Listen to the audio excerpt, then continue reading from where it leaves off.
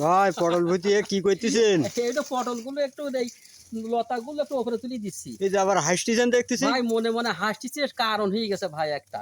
আর সকালে বাপু তোমার চাষি বলিছে যে 1 কেজি আলু এনে দাও দিনি, একটু সকাল দুপুরে আলু ভর্তা করবানে।